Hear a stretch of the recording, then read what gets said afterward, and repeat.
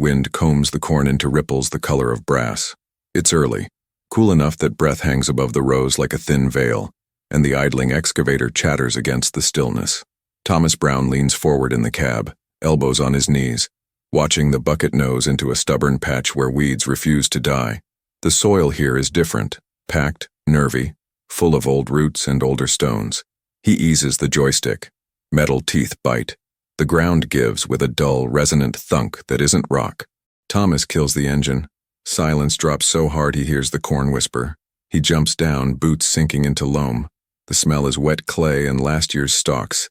His fingers shovel aside earth as if his hands know something his mind can't name yet. He uncovers iron the color of dried blood, curved, massive, furred with rust. He rubs, flakes falling like cinnamon. The curve grows, widens, shoulders into a fluke as big as a man's chest. Anchor, he says aloud, and the word is ridiculous here among tassels and blackbirds. Yet it sits there, undeniable, an anchor the size of his pickup hood, its shank driven down, its flukes muzzled by dirt. A ship's heart asleep under Midwestern corn. He steps back, heart beating in his throat. They are miles from any coastline. The nearest salt is a memory clinging to an old pier town an hour away. Tourist trinkets, gulls that scream for French fries. He circles the thing, palms it, reads with his hands. The pitted iron, the scale of it, the way one eye of the stock stares up. Socket clogged with clay. A length of chain runs from the anchor's ring, each link thick as his wrist. He tugs. The first link resists, then grudgingly moves with a reptilian scrape. The links vanish into the earth toward the far end of his field, as if some iron serpent dove and never surfaced. "You've got to be kidding me," Thomas whispers. He laughs once, thin, astonished. Then he takes up the shovel. The spade cuts into damp soil with a fat sound. He pries up one link, then the next, each one tumbling free with the weight of time. Rust powders his palms. The air darkens as clouds gather out of the west, dragging a smell like cold tin and rain. Somewhere a dog barks twice, then falls quiet. He should call someone. He should call anyone. Instead, Thomas digs. He follows the chain across the fur, marking with flags where links surface. His breath becomes engine. His body remembers threshing and wintering, remembers nights he spent in this same field counting what he had and what he'd lost. The chain seems to carry him through those years, a line you take in hand to keep from being swept away. A crow lights on the fence and cocks its head. "You and me both," Thomas mutters.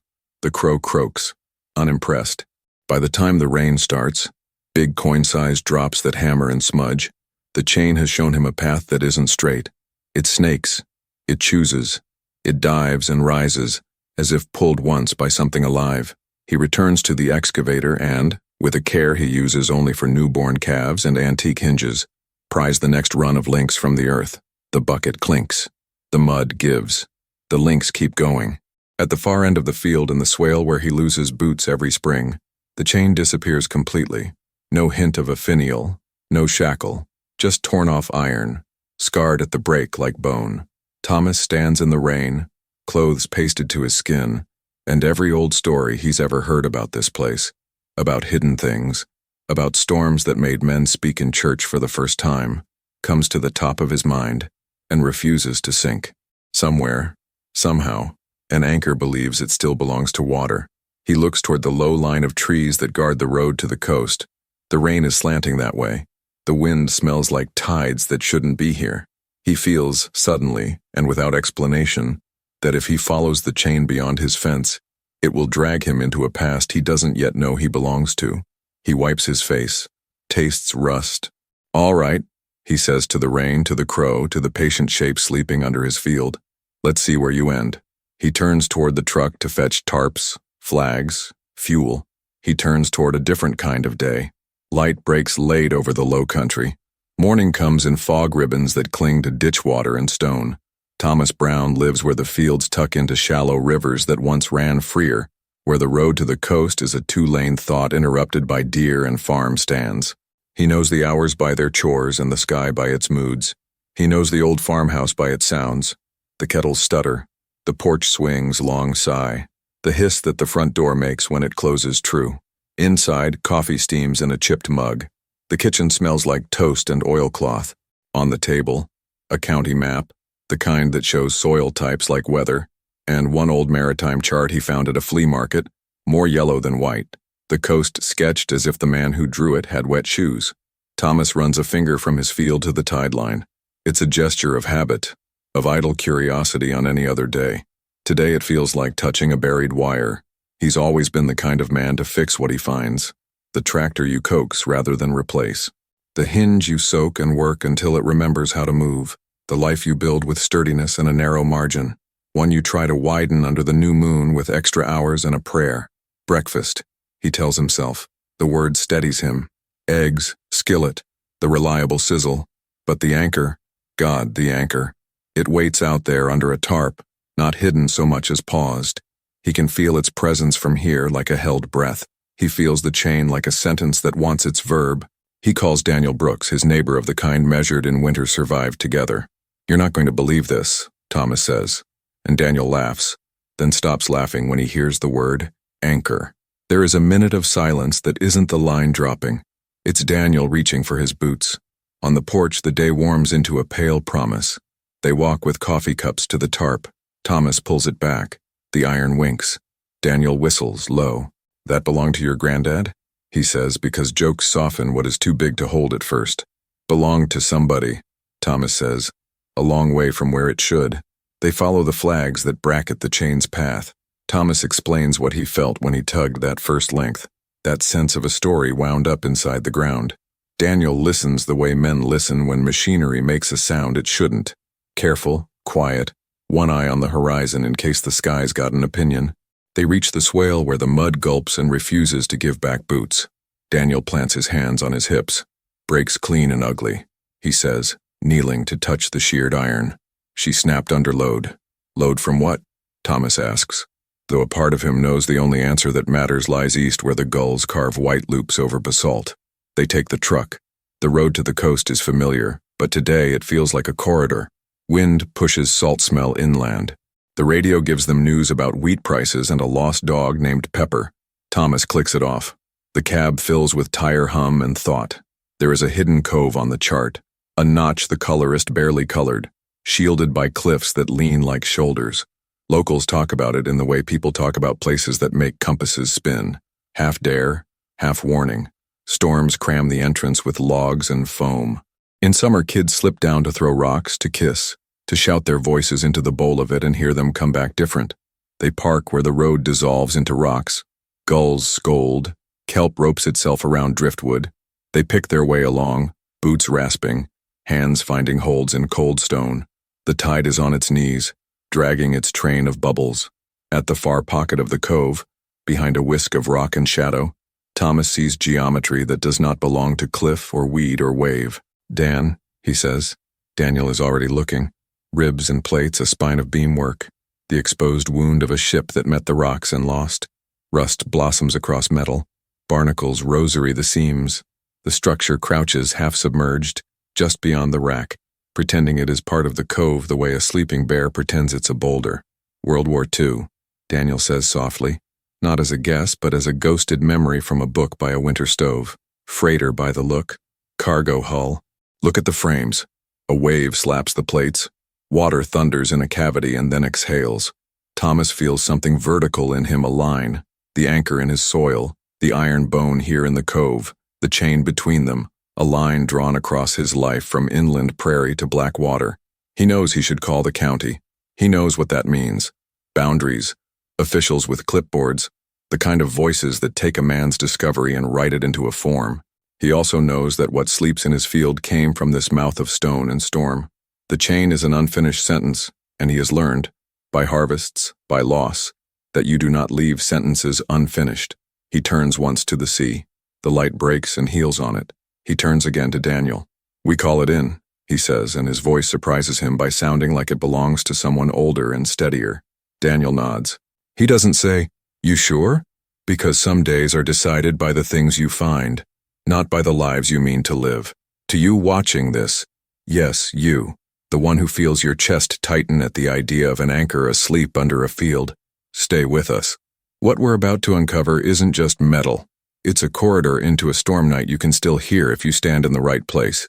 If this kind of true mystery hooks you, Subscribe for stories that start in the everyday and end where you didn't expect. Tell us where you're watching from. Tell us what old thing your land keeps secret.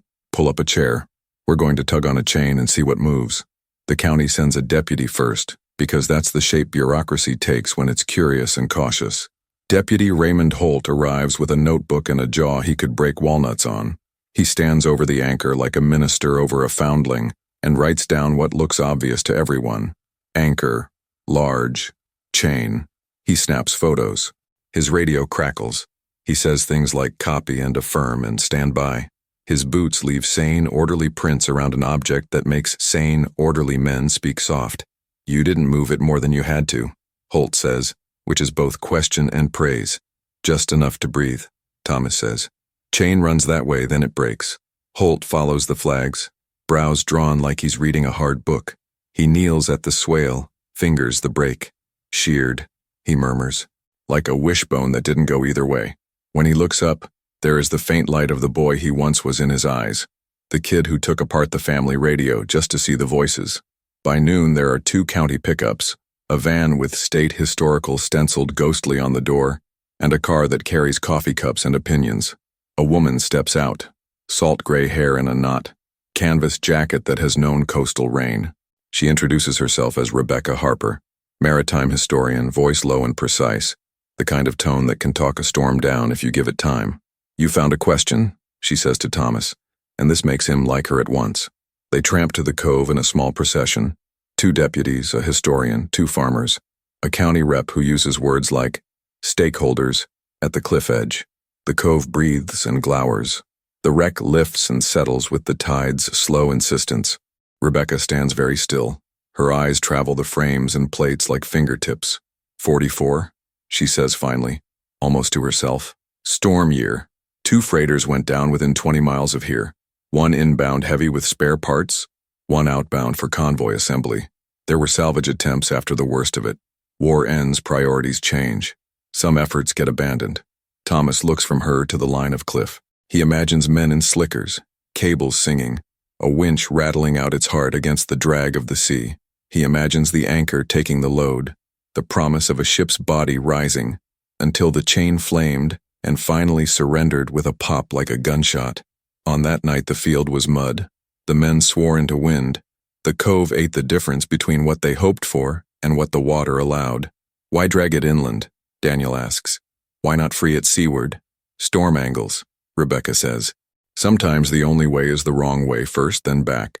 They might have tried to snake a line up over the cliff to a capstan inland. Might have thought they could get leverage. The shape of a night decides men's choices. She glances at Thomas, and he feels seen in a way that is both comfort and warning. Deputy Holt takes statements. The county rep says, chain of custody, and site protection, and state property, as if these are bandages that stop a wound from speaking. Thomas nods because he knows how to nod when people do their jobs, but inside something gears. He cannot explain why this feels personal, but it does. The chain runs through his field, yes, but it runs through something else he can't name. Something like inheritance, something like a burden that chose him. That night the wind fattens and moans around the house. Rain ticks on windows like insistent fingers. Thomas dreams in iron. He wakes at 2 and listens to the stove creak and the downspouts cough. He makes tea because heat is the kindest language. He remembers his father's hands, cracked, precise, fitting a new point on a harrow and saying, "You fix what's yours. The rest you return better than you found it." He sits at the kitchen table, T-stripe of steam lifting, and pulls the old maritime chart close. The cove's notch glares like a missing tooth. He draws a line from there to the swale and thinks about men who anchor their lives to work they'll never be thanked for. He thinks about how you measure a life.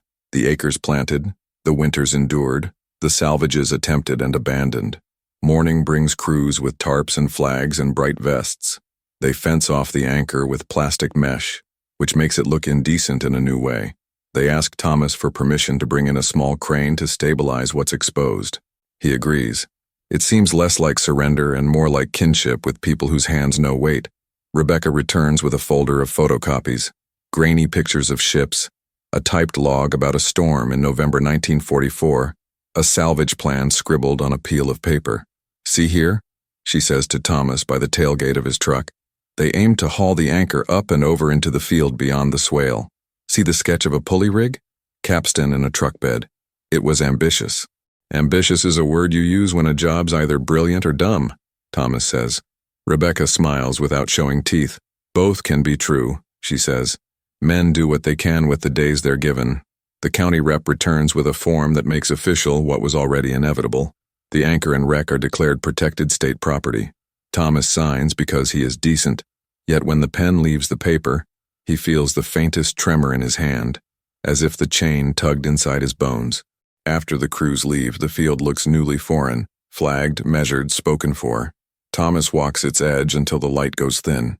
He stops at the swale and stares at the broken end like a doctor at a snapped tendon. He tries to picture the line whole. He can't, which feels like a dare. From the road, headlights fan across rows. Daniel pulls up and leans out. Got a crazy idea, he says. Good, Thomas replies. I'm in a listening mood. Daniel's crazy idea is simple the way a knot is simple. Look at old maps, the ones that remember shorelines the current world would rather forget. They drag kitchen chairs to the table and spread county atlases, surveyor plats from the 30s, a photocopy of a nautical chart with penciled X's. Coffee rings become small moons on corners. Thomas's house becomes a war room with cats of light sliding across the floor when cars pass. The oldest county map shows a pale blue finger pushing inland toward where Thomas's swale now sulks. In wet years, the finger would fatten. In drought, it would vanish except in memory and plant names. The swale was once a reach where brackish water came to rest when wind stacked the ocean into the river's mouth. Your field used to be the edge of a different world, Daniel says. In a storm, that cove probably talked to this ground. And men tried to answer, Thomas says. They follow the chain's path again with fresh eyes. Rebecca meets them by the fence with a roll tube under her arm and a thermos that smells like mint and stern advice. She's brought a blown-up aerial photo from 1947. Post-war, optimistic, grainy. The cove is a dark bruise of water. A faint track scars the slope where something heavy once dragged. In the field beyond the swale, there is a lighter strip as if grass there never grew the same again. There, Rebecca says, tapping the photo with a precise finger. They pulled until everything that could hold gave up.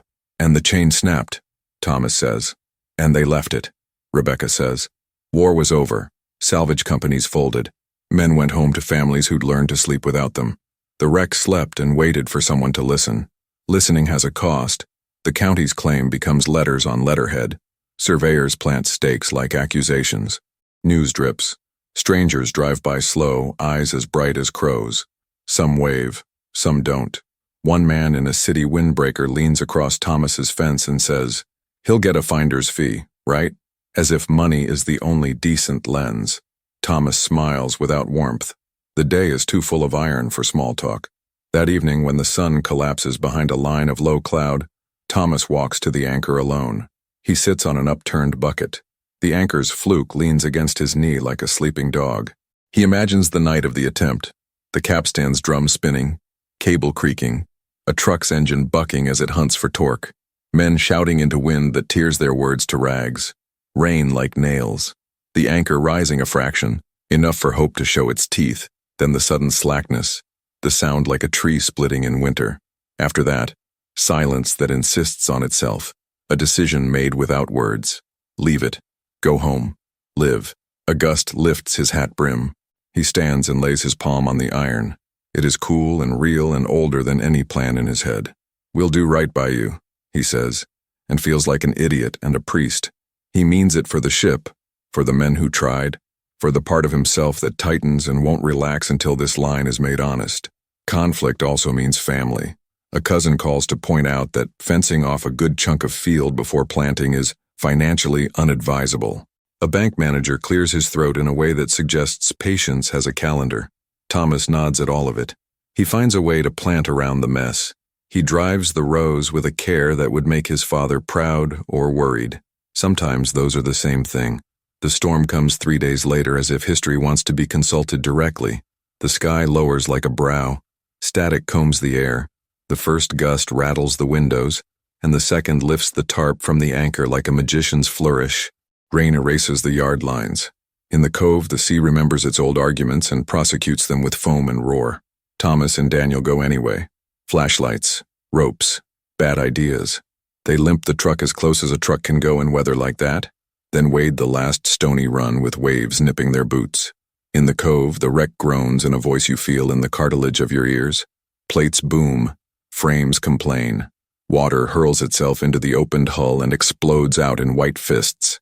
"Why are we here?" Daniel shouts, and Thomas laughs because there is no good answer except that men go to the place where the noise is when something they love is making it. Rebecca appears from the dark like a sensible ghost under a hooded slicker. "I told myself not to come," she says without preamble, "and then I remembered I am not built that way." She points to the headland. "See that? A line of darker dark against the cliff. A path not made by men but agreed to by them over years of bad decisions. They dragged over there. If we can see where they rigged the pulley, we can prove the direction of pull." They scramble. The headland is a slanted slate, wet as thought. At its crown, in a pocket that pretends to be shelter, they find a ring bolt the size of a child's wrist sunk into stone. Rust blooms around it, thick and old. A length of cable no wider than a finger snakes from it and vanishes under lichen and time. Rebecca's face, lit by flashlight, looks suddenly 30 years younger. "There," she says. "Proof." A wave throws itself so hard it sends salt sting into their faces. Thomas turns his light inland. Through rain, he can picture the line rising over the edge and descending toward a capstan in a truck bed, toward men braced on mud, toward the future waiting in a field it doesn't belong to. "Let's go home," Daniel says, "before we become part of the legend."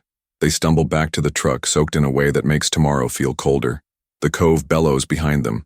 The storm gnaws the cliffs and savors the iron. Thomas drives slow, hands tight on the wheel at 10 and 2, a clock that says, "Keep going." On the porch, he pauses to hear the storm stretch itself across the house like a big animal settling. He thinks of the anchor in the field, rain polishing rust into a dark shine. He dreams that night of chains that are also sentences, and wakes ready to finish one. Morning is a bowl of pewter. The storm has blown itself to rags, but the sea still grumbles like a man not done arguing. The crews return, deputies, the county rep with new forms, Rebecca with a rolled plan, a state diver with a grin that says he eats cold for breakfast. They bring a portable winch and a rig that looks like a teaching skeleton for forces, pulleys, slings, straps with warnings in red. "What are we doing?" Thomas asks, not because he objects but because he wants the words stacked right. "Stabilization," Rebecca says. "Documentation, maybe a small lift to see what she'll tell us." She indicates the headland, the old ring bolt. "We have proof of method now. We can honor it. The plan is precise and humble. No heroics. No dragging a dead giant back to life. Strap the exposed anchor fluke with a cradle that distributes load. Take up slack until there's conversation between iron and rig. Listen, they rig in the field first at the anchor's landlocked end. The cradle fits like a well-made sentence.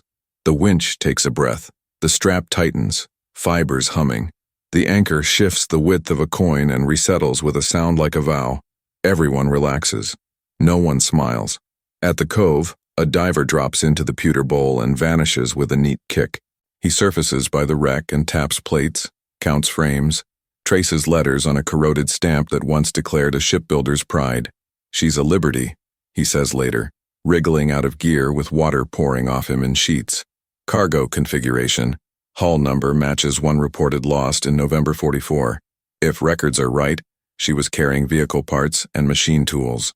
Nothing explosive, nothing human remains. Crew reported rescued. She came apart on the rocks like a story that was almost happy until it wasn't. "What about the anchor?" Deputy Holt asks, eyes on his notes, already trying to fit this day into a paragraph a judge can read without rolling his eyes. "The seaward anchor's still here," the diver says. "The landward one's gone. You found it." He grins at Thomas. "She tried to leave. You tried to help. Neither of you finished the job. That tracks for men and ships alike." In the field, the winch speaks again. Ratchet, ratchet, hum. The anchor lifts the thickness of a knuckle and shows a clean line of dirt shadow. The chain purrs in its trench. A hush crowds in, the kind that falls before a calf takes its first breath, before a storm spends its last. Even the crows hold their black tongues.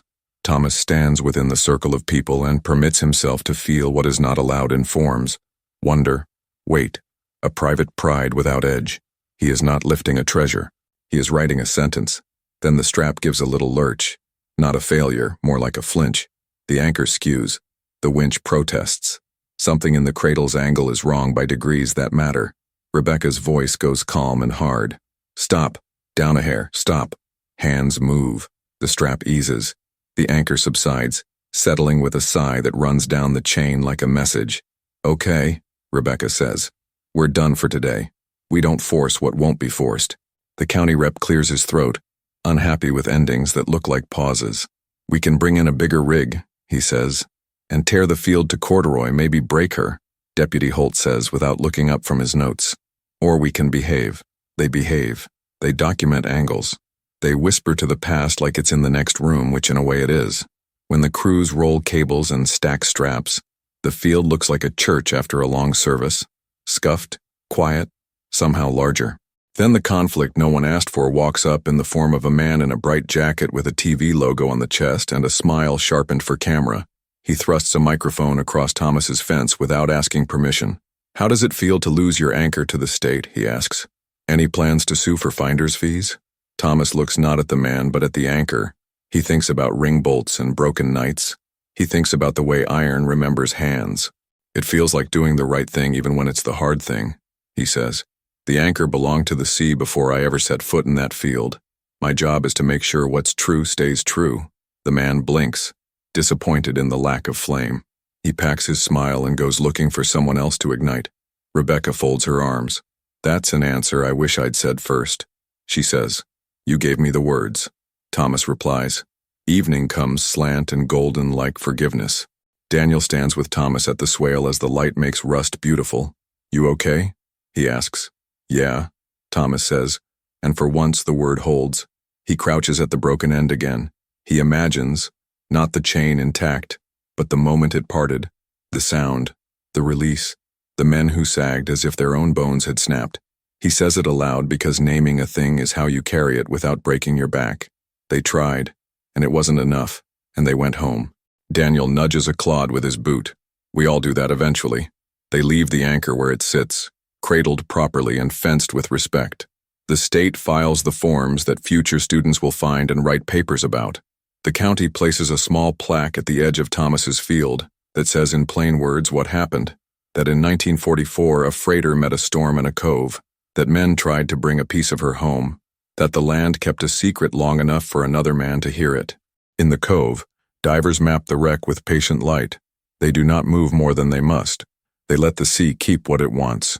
On shore, Rebecca chalks dates on a blackboard in a borrowed town hall and tells the story to a dozen faces that lean forward at the same moments. She doesn't dress it up. She does not need to. The truth has its own costume. Thomas returns to the rhythm that made him strong. Rows, weather, the brief calendar of animals and plants. Yet the field is different now, the way a man is different after he has held another man's secret and returned it. When he drives the boundary near the anchor, he lifts his hand off the wheel as if to tip a hat. Sometimes he stops and sits a while on the bucket, the iron's presence as companionable as any old friend's. He thinks about the salvage crew who didn't finish and feels, absurdly and exactly, like he has finished something on their behalf, even if finishing looks like choosing not to pull anymore. Deputy Holt stops by one afternoon with a pie from his wife, and a comment that is almost a confession. I signed more forms for this thing than I did when I bought my house, he says with a huff that might be laughter. But I'll tell you, standing out here the first day before the tents, it felt like church. Thomas nods. Me too, he says. Rebecca sends a letter on paper you want to touch, the ink a little raised. In it, she writes, we prove history by touching it lightly. Thank you for letting us touch what was yours to find and everyone's to remember. She includes a small photograph, the ring bolt on the headland with the ocean blurred behind. A circle of iron that once held impossible weight and still does, if you count memory. Summer crawls over the place, hot and sweet, flies making the same old arguments around the barn. The corn pulls light out of the sky and stacks it along each stalk. At dusk, when the fields go blue and the first bats open and close the evening like hesitant hands, Thomas takes his truck to the coast road and lets the radio say whatever it wants. He parks above the cove and listens. The wreck doesn't groan now unless the tide is rough. Tonight she does not. The sea breathes like a big animal sleeping. Stars needle through the thin high cloud the way truth needles through time when you let it. A car pulls in behind him. Daniel's. They stand a while not speaking. When men have worked a thing together, silence is a language.